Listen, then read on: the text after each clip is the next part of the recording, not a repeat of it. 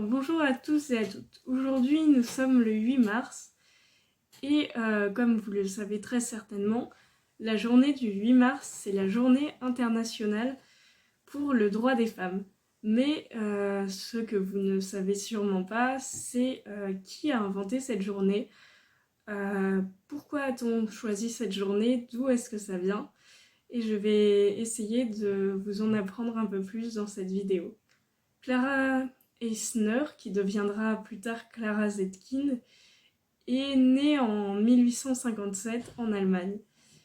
Son père, Gottfried Eisner, était un instituteur et sa mère, Joséphine Vital, était la fille d'un officier de Napoléon.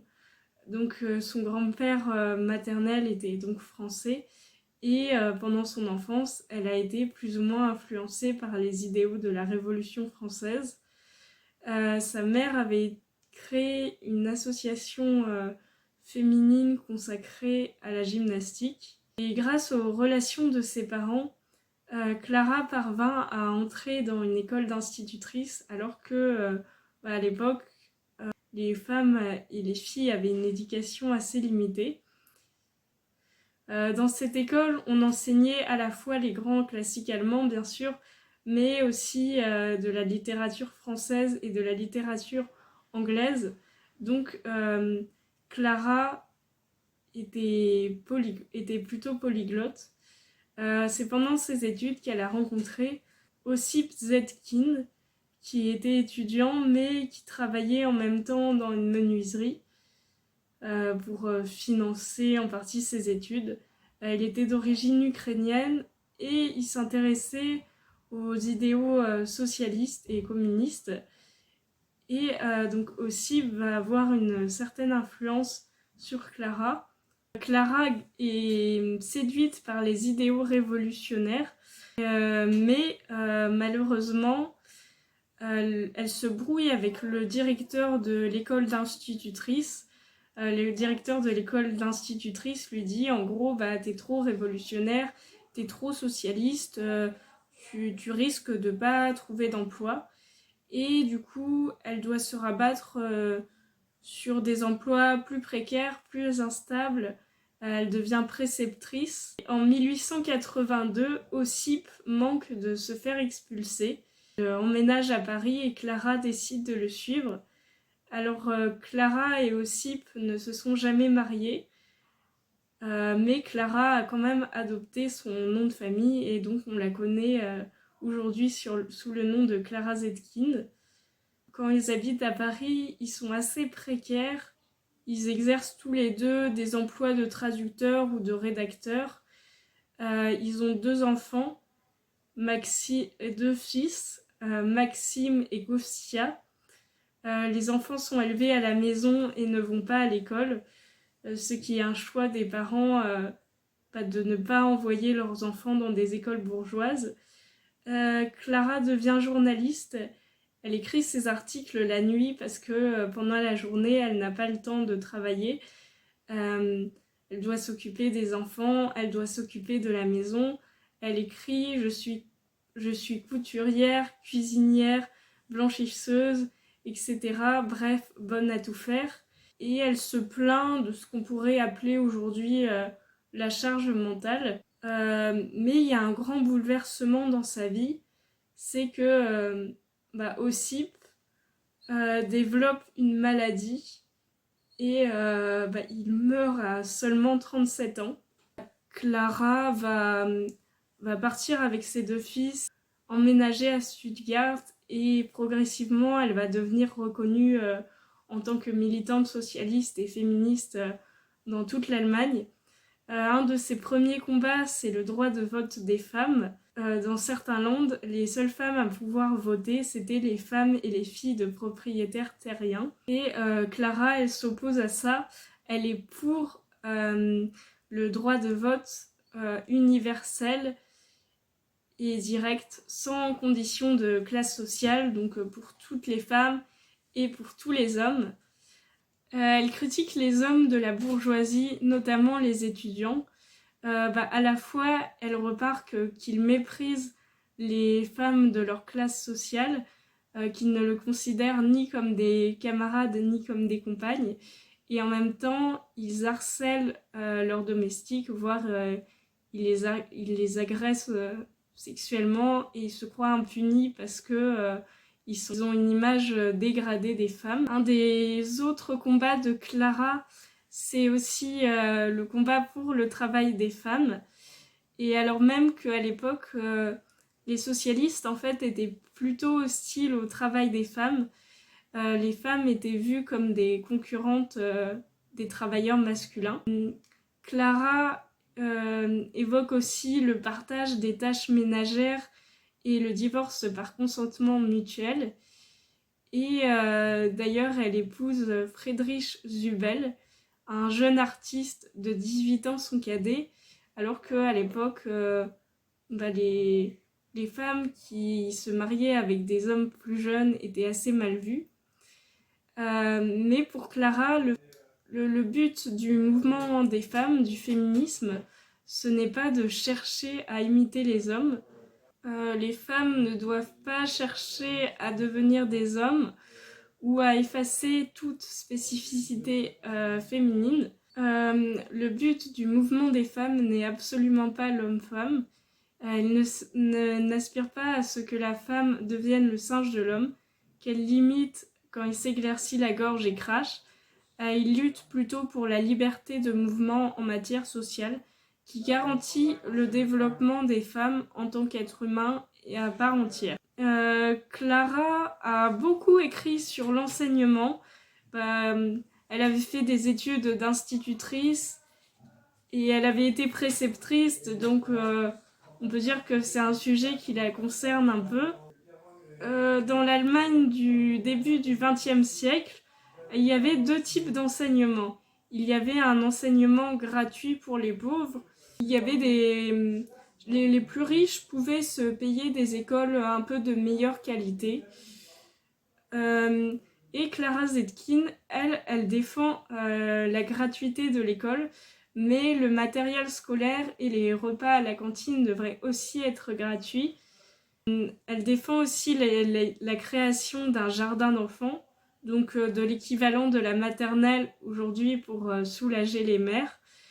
Elle défend aussi une école laïque.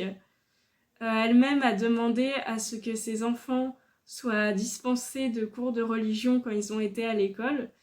Elle n'est pas non plus anti-religion, elle reconnaît que la religion peut avoir des effets positifs, des effets spirituels, mais la religion doit rester une affaire privée et n'a rien à faire dans l'éducation.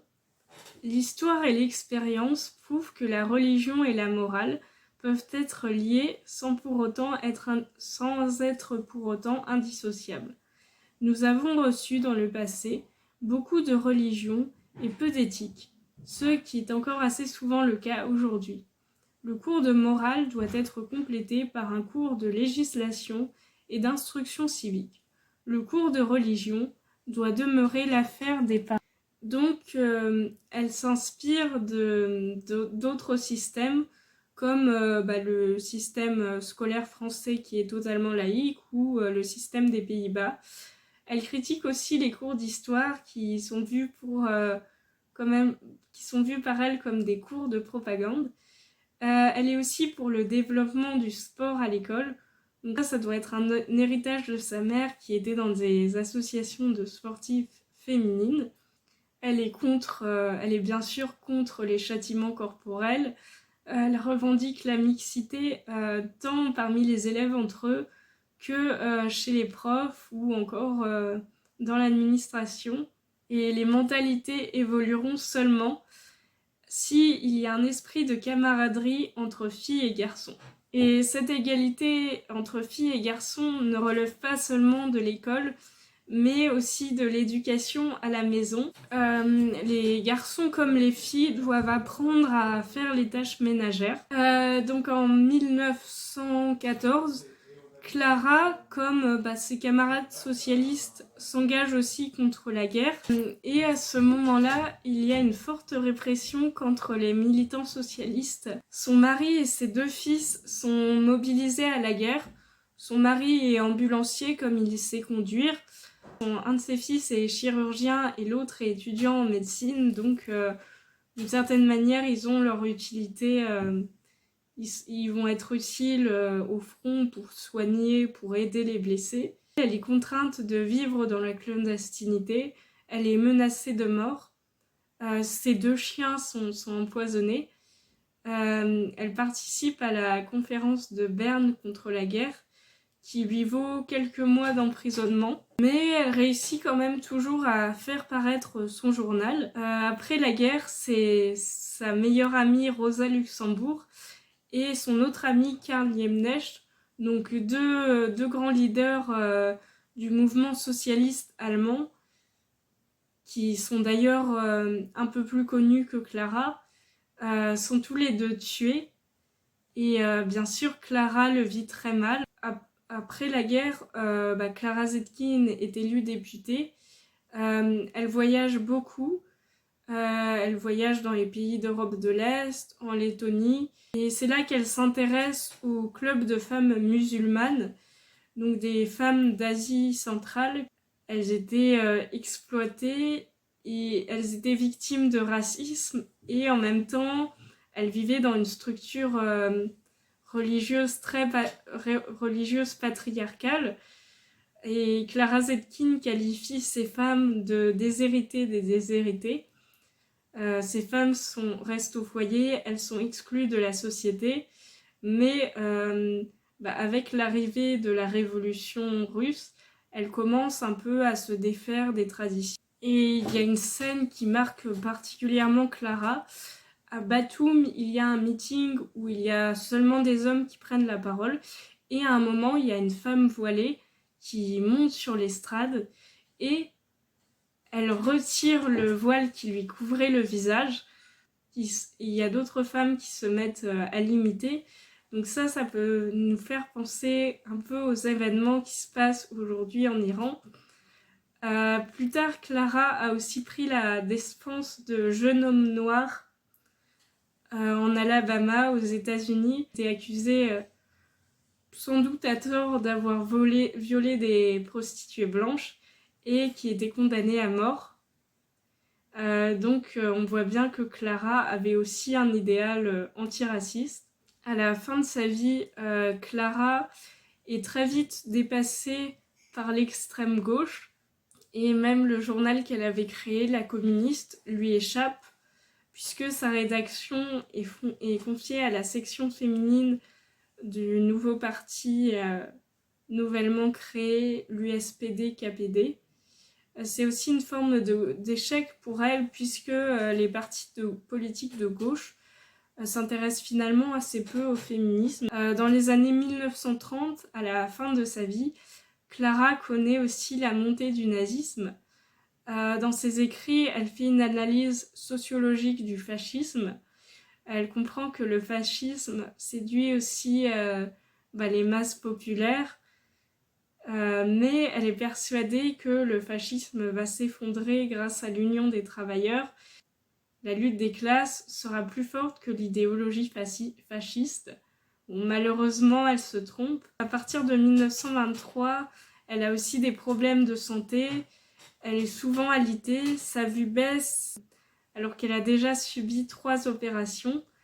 Le 8 mars 1933, c'est sa dernière prise de parole en public pour la Journée internationale des droits des femmes et elle est décorée de l'ordre de Lénine.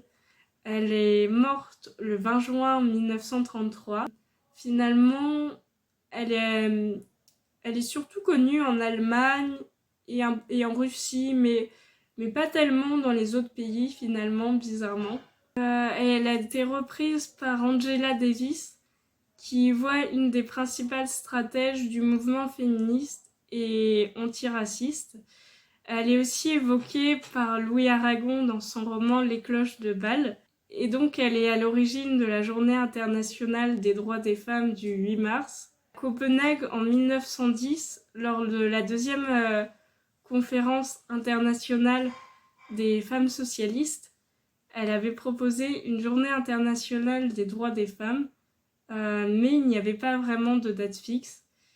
Et c'est seulement le le 8 mars 1914 que va avoir lieu la première journée internationale officielle.